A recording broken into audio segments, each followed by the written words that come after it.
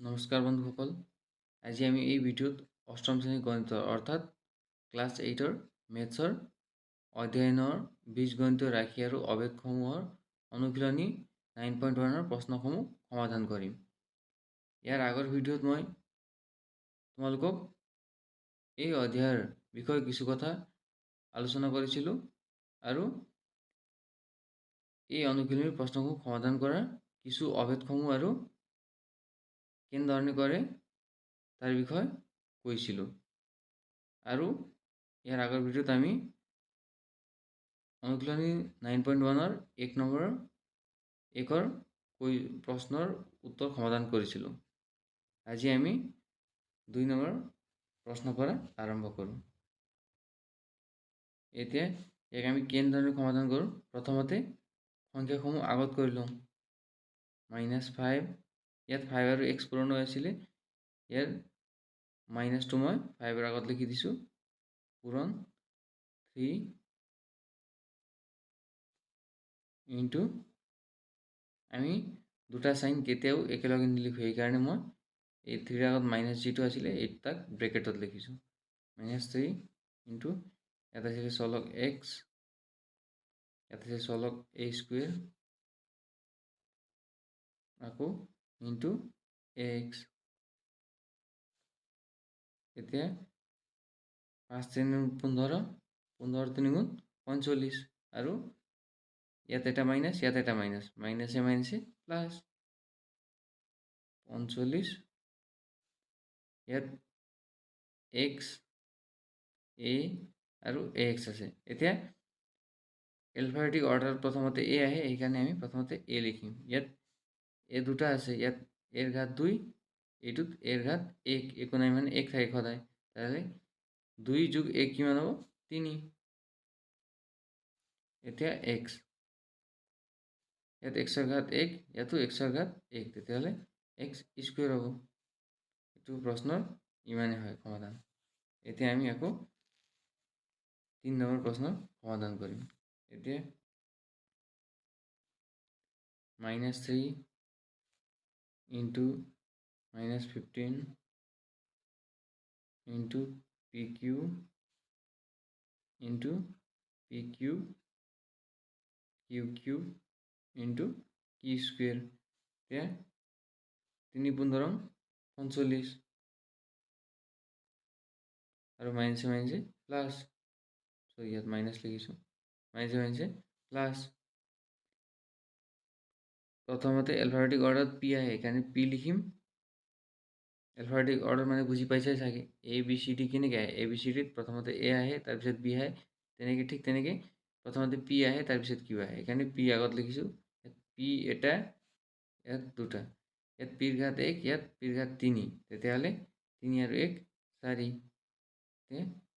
Q, ইয়াত Q ৰ ঘাত 1, ইয়াত 3, ইয়াত 2, 3 2 5, 1 6, Q টু দি পাৱাৰ 6।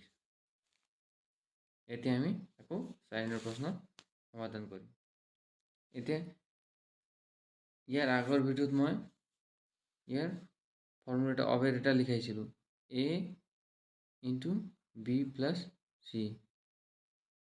ইয়াৰ অবেদটো কি হয়? a into b plus a into c।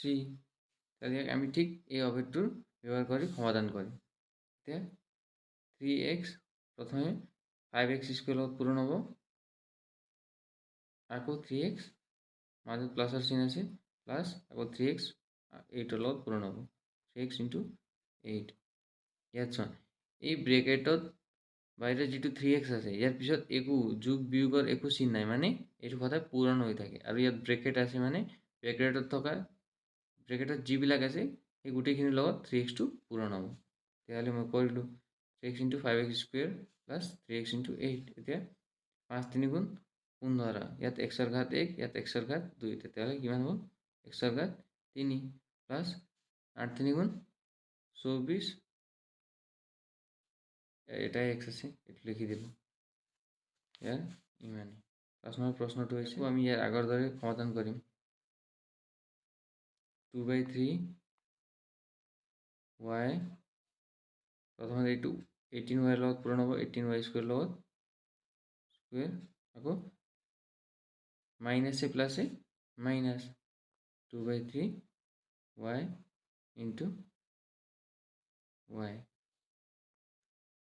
তেতিয়াহ'লে যদি মই কি কৈছিলোঁ ইয়াৰ আগৰ ভিডিঅ'ত পূৰণত সদায় ওপৰ তলৰ কটাকটি কৰিব পাৰি। ইয়াত চোৱা ইয়াৰ তলত একো নাই মানে 1 আছে, এইটো তোমালোকে নিলিখিবা আকৌ, মই তোমালোকক বুজাবৰ কাৰণে লিখিছোঁ।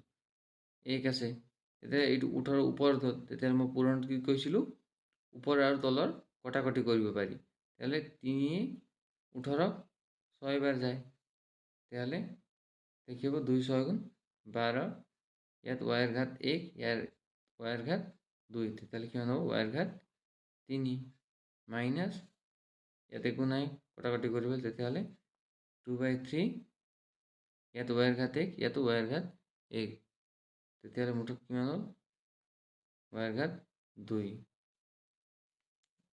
এতিয়া আমি 6 নম্বৰ কুৱেশ্যন আগৰ দৰে কৰিম।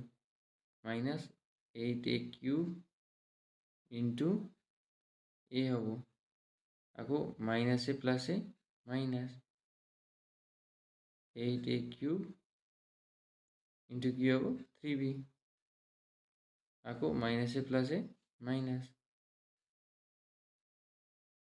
8a³ into 2c।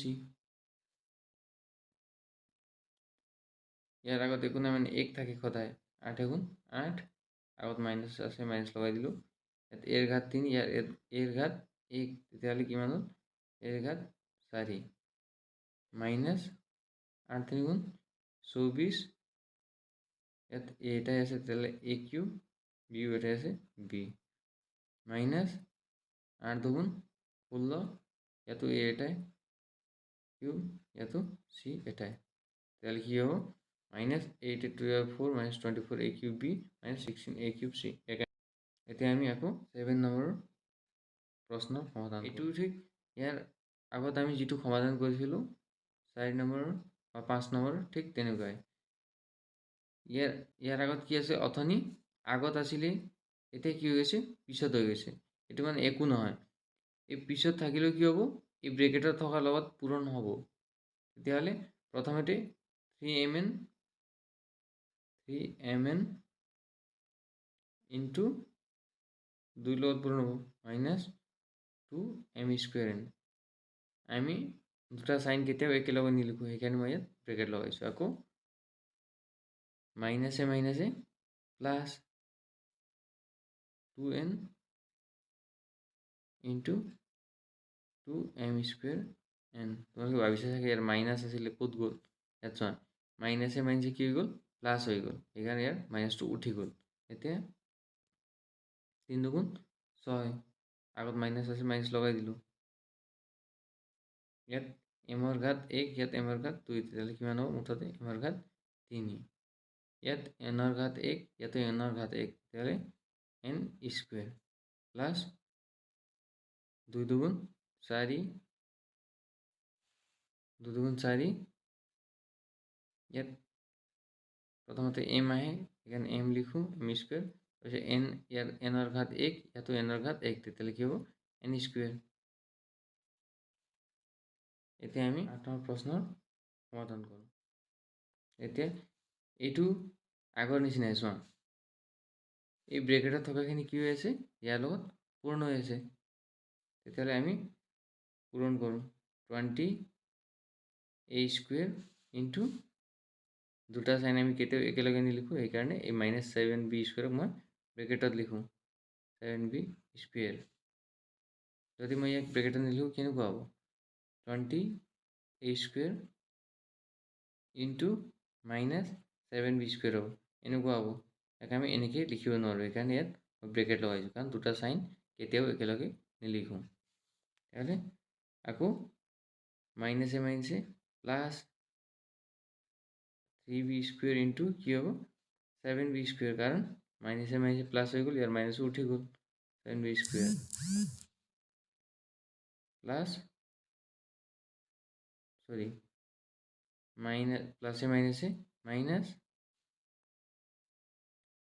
ab into 7b square ইয়াৰ মাইনাছটো আগত আহি গ'ল ইয়াত চাই লোৱা পূৰণত মাইনাছে কি হয় প্লাছ আকৌ মাইনাছে কি হ'ব মাইনাছ আকৌ প্লাছে মাইনাছে মাইনাছ প্লাছে প্লাছ হ'ব এইবিলাক পূৰণত মাইনাছে প্লাছ হয় মাইনাছে প্লাছে মাইনাছ হয় প্লাছে মাইনাছে মাইনাছ হয় আৰু প্লাছে প্লাছ হয় যদি প্লাছ হ'বলগীয়া হয় তেতিয়াহ'লে নহ'লে দুটাই মাইনাছত থাকিব লাগিব নহ'লে দুটাই প্লাছত থাকিব লাগিব যদি এটা প্লাছত থাকি এটা মাইনাছত থাকে তেতিয়া মাইনাছত আহিব যদি প্লাছ এটা মাইনাছত থাকি আৰু প্লাছত থাকে তেতিয়াও মাইনাছতে আহিব এতিয়া আমি পুনৰ প্ৰশ্নটোলৈ ঘূৰি যাওঁ এতিয়া 7 দুগুণ 14 আৰু ইয়াত এটা 0 আছে লগাই দিওঁ আৰু আগত আছে মাইনাছে প্লাছে কি হয় মাইনাছে হয় minus 140 a square b square plus 7 3 গুণ 21 ইয়াত বিৰ ঘাত কিমান 2 ইয়াত ঘাত 2 তেতিয়াহ'লে কিমান হ'ব 4 ইয়াত পূৰণ হোৱা নাই দেই প্লাছ ঘাতখিনি প্লাছ হৈ যায়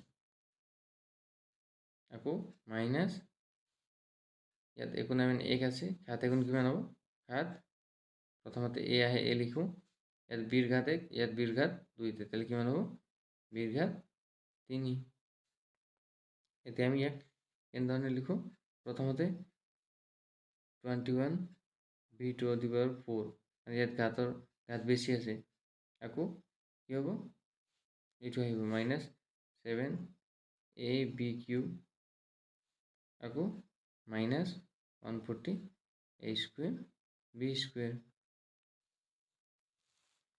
বুজি পাই আছে চাগে এতিয়া আমি আকৌ 10 নম্বৰ কুৱেশ্যনৰ সমাধান কৰোঁ এইটো কি হৈ আছে এই বাহিৰত থকাটো ব্ৰেকেটত থকাখিনিৰ লগত পূৰ্ণ হৈছে তেতিয়াহ'লে ইয়াৰ সমাধান কৰোঁ 3x cube y square into xy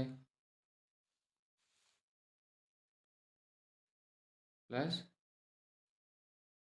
3x cube y square into কি হ'ব xy কিউব মাইনাছে প্লাছে কি হ'ব পূৰণত এই দুটা পূৰণ হৈ আছে একো নাই মানে মাজত তেতিয়াহ'লে মাইনাছে প্লাছে কি হ'ব পূৰণত মাইনাছে প্লাছে minus 3x cube y square into 2 ইয়াত একো নাই মানে 1 আছে 3 গুণ 3 ইয়াত xৰ ঘাত 3 ইয়াত xৰ ঘাত 1 তেতিয়াহ'লে কিমান হ'ব xৰ ঘাত 4 ইয়াত yৰ ঘাত 2 ইয়াত yৰ ঘাত 1 তেতিয়াহ'লে কিমান হ'ব 3 প্লাছ ইয়াতো একো নাই মানে 1 আছে 3 গুণ 3 ইয়াত xৰ ঘাত 3 ইয়াত xৰ ঘাত 1 তেতিয়াহ'লে কিমান হ'ব xৰ ঘাত 4 ইয়াত yৰ ঘাত 2 ইয়াত yৰ ঘাত 3 তেতিয়াহ'লে কিমান হ'ব 5 মাইনাছ 3 দুগুণ 6 x কিউব y স্কুৱেৰ যদি তোমালোকে এই অনুশীলনৰ 1 নম্বৰৰ কিবা বুজি পোৱা নাই তেতিয়াহ'লে মোক কমেণ্টত জনাবা আজিলৈ ইমানলৈ ধন্যবাদ